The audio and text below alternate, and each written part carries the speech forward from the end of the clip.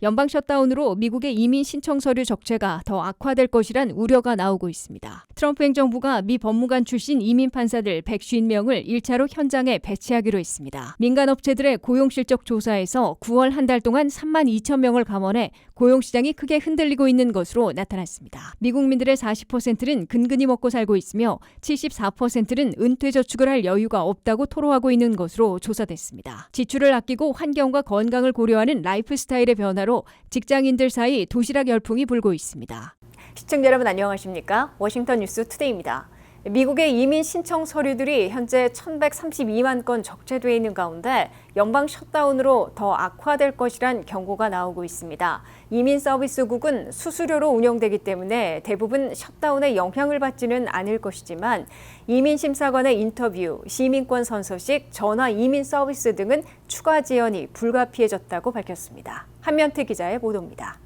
취업비자나 영주권, 시민권 등 각종 이민 신청 서류를 처리하고 있는 미 이민서비스국 USCIS가 역대급 적체에 파묻히고 있습니다. 특히 적체 해소 방안이 없는 상황에서 트럼프 행정부의 이민 심사가 한층 강화돼 미국의 이민 적체는 출구를 찾기는커녕 통제불능에 빠지고 있는 것으로 우려되고 있습니다. 미 이민서비스국에 계류되어 있는 각종 이민 신청 서류들은 3월 말 현재 1,131만 6천 건에 달하고 있어 역대급 적체로 꼽히고 있습니다. 그중에서 가족 초청 이민 신청자들은 400만 명이나 대부분 한국 등 외국에서 차례가 되기만을 수년, 수십 년째 기다리고 있습니다. H-1B 취업비자 청원수와 취업이민 영주권 신청자들은 173만 명이 대기하고 있습니다.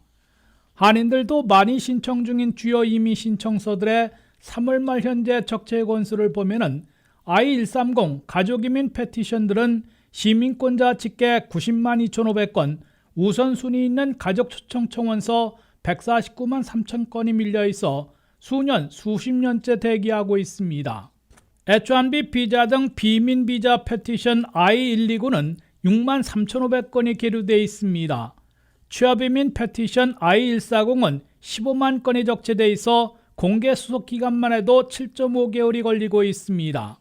영주권 신청서 I-485의 경우 가족이민 영주권 신청은 58만 9천 건으로 공식 수속 기간이 9.7개월이고 취업이민 영주권 신청은 17만 9천 건으로 7.1개월 걸리고 있습니다. 가장 많이 밀려있는 워크퍼밋 카드 I-765는 이민 신분 조정이 19만 건, 난민 신청자 44만 5천 건, 다카 13만 8천 건이나 밀려 있으며 종료시키고 있는 패롤에 따른 워크퍼밋은 132만 4천 건이나 취소될 위기를 맞고 있습니다.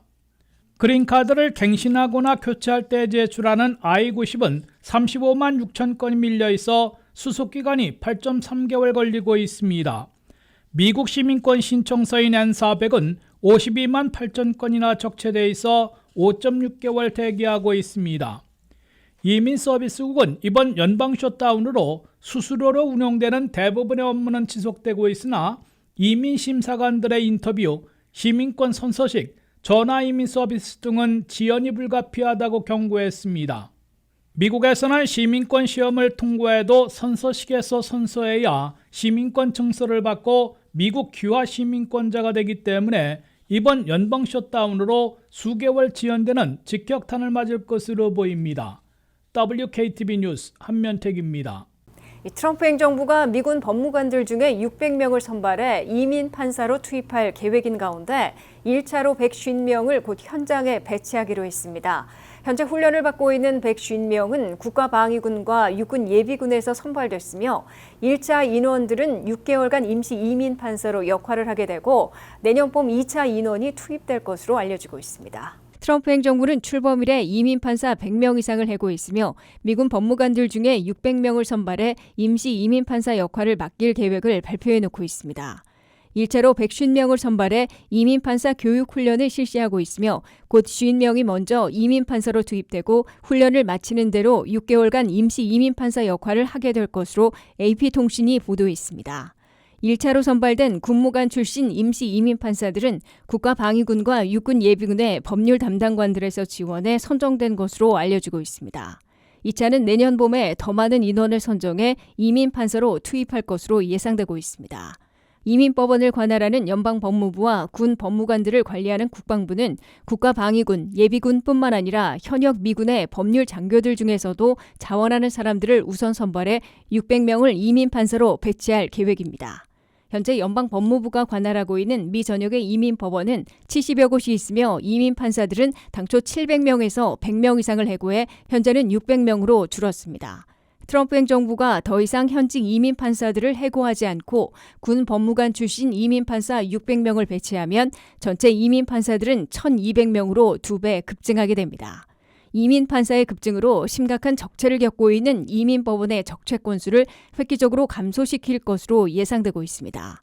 그러나 트럼프 행정부에서 이민법원의 적체 건수를 급감시키고 군 법무관을 이민판사로 배치하자 이민단체들은 우려를 표시하고 있습니다. 트럼프 행정부는 이미 출범 이래 8개월 동안 이민법원의 적체 건수를 45만 건 줄였다고 밝혔습니다.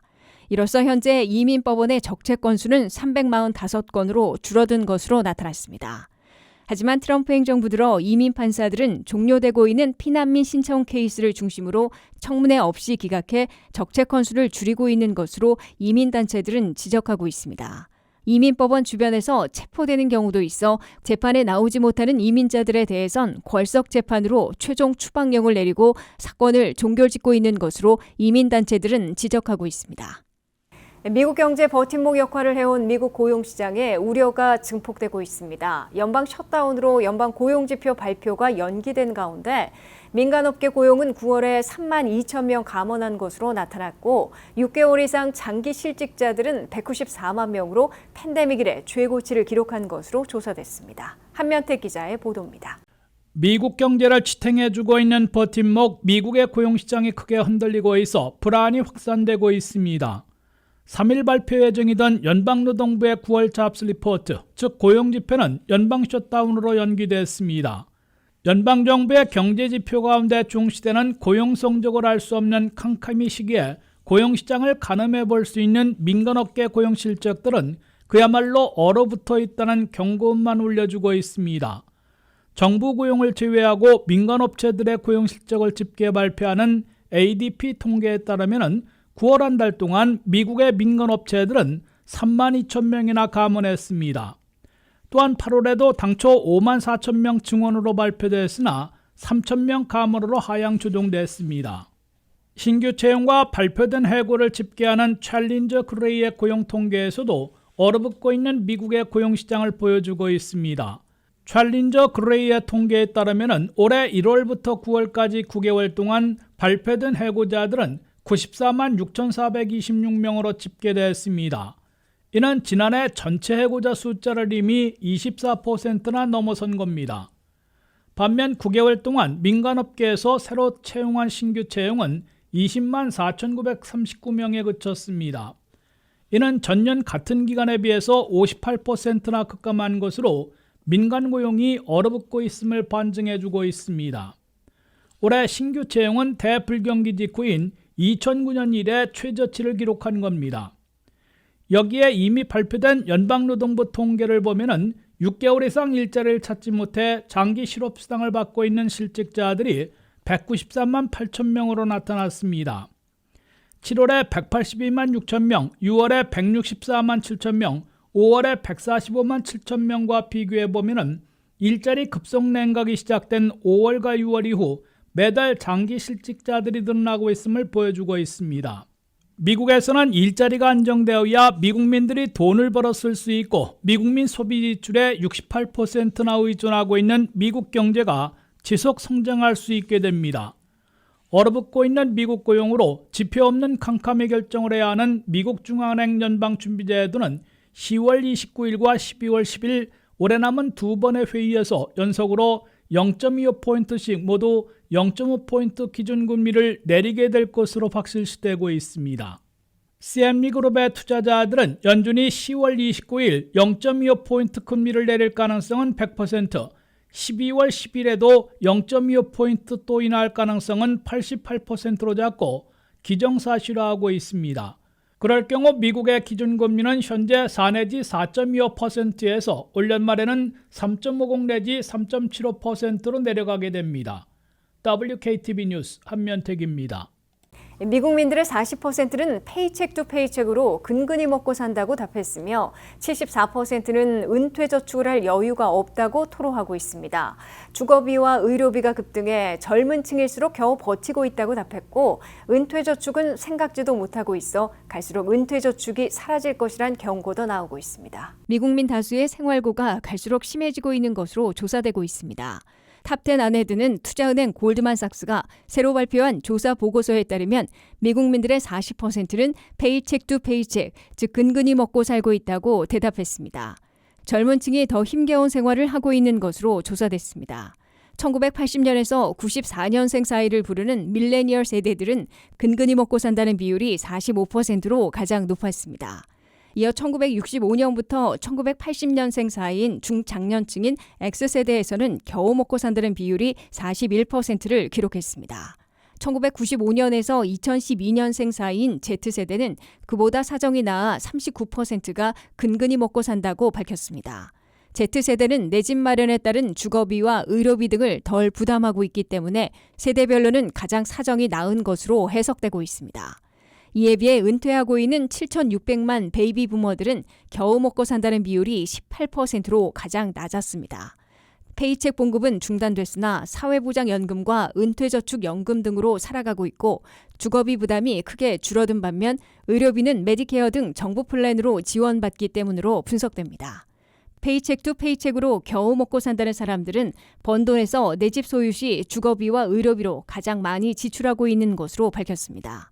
내 집 소유자들은 모기지 상환금, 부동산세, 주택보험금, 관리비 등 주거비로 소득의 51%를 쓰고 있다고 밝혔습니다. 이는 25년 전인 2000년에 33%에서 크게 늘어난 것입니다. 의료비는 소득의 16%를 지출하고 있다고 밝혀 2000년에 10%에서 증가했습니다.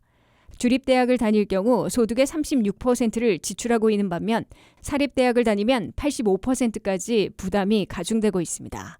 번 돈의 대부분을 생활비로 지출하다 보니 일반 저축은 물론 은퇴저축을 생각할 여유가 없어지고 있는 것으로 골드만삭스는 분석했습니다. 미국민들의 74%나 은퇴저축을 생각할 여유가 없다고 답했습니다. 골드만삭스는 페이책 투 페이책으로 근근히 먹고 산다는 미국민 비율이 2033년에는 과반을 넘어 55%로 늘어날 것으로 예측했습니다. 동시에 은퇴저축을 생각하지 못하는 비율은 갈수록 늘어나 수년, 10년 후에는 은퇴저축 가입률이 현저하게 떨어지고 결국 사라질 위기에 빠질 것이란 예측을 내놓았습니다. 요즘 점심값이 15달러에서 20달러 이상까지 치솟으면서 외식을 줄이고 도시락을 직접 챙기는 사람들이 늘고 있습니다. 지출을 아끼려는 현실적인 이유뿐만 아니라 환경과 건강을 고려하는 라이프 스타일 변화가 맞물리면서 도시락이 다시 주목받고 있습니다. 안혜린 기자의 보도입니다. 물가가 빠르게 오르면서 점심 한 끼 외식 비용이 만만치 않아지자 직장인과 학생들 사이에서는 점심을 사 먹는 대신 직접 도시락을 준비하는 움직임이 눈에 띄게 늘고 있습니다. 점심 한 끼 평균 가격이 10달러에서 15달러 선이었지만 이제는 15에서 20달러 선으로 올라 음료와 팁까지 더하면 20달러를 훌쩍 넘기는 경우도 흔합니다. 한 달 동안 점심을 사 먹으면 300달러에서 400달러 가까운 지출이 고정적으로 빠져나가는 셈입니다. 한 끼라도 직접 준비해 지출을 줄이자는 인식이 확산되며 이와 맞물려 도시락 문화가 다시 주목받고 있습니다. 한때는 어린이와 학생들의 전유물처럼 여겨졌던 도시락이 최근에는 직장인과 대학생들, 나아가 1인 가구에게까지 폭넓게 자리 잡는 추세입니다. 단순히 돈을 아끼기 위한 선택을 넘어 내 건강을 챙기고 내 취향을 표현하는 방식으로까지 확장되고 있습니다. 실제로 소셜미디어에서는 오늘의 도시락을 공유하는 게시물이 크게 늘었습니다. 통계 분석 결과 2025년 들어 도시락 관련 언급량은 전년보다 20% 이상 증가했습니다. 예쁘게 꾸민 도시락 사진을 올리거나 균형 잡힌 식단을 공유하는 문화가 퍼지면서 도시락은 단순한 한 끼를 넘어 새로운 라이프 스타일로 자리매김하고 있습니다. 관련 산업에서도 변화가 뚜렷합니다. 글로벌 도시락 용기 시장은 올해 기준 약 8억 달러 규모로 성장했고 앞으로도 매년 꾸준히 확대될 전망입니다. 특히 친환경 소재를 사용하거나 보온, 보냉 기능을 강화한 용기, 모듈식으로 나눠 담을 수 있는 제품 등이 인기를 끌고 있습니다. 기능뿐 아니라 디자인을 중시하는 경향도 뚜렷합니다. 환경 문제에 대한 관심이 커지면서 다회용 도시락통을 찾는 소비자도 늘어나는 추세입니다. 제로 웨이스트 생활과 도시락 문화가 자연스럽게 결합하고 있는 겁니다.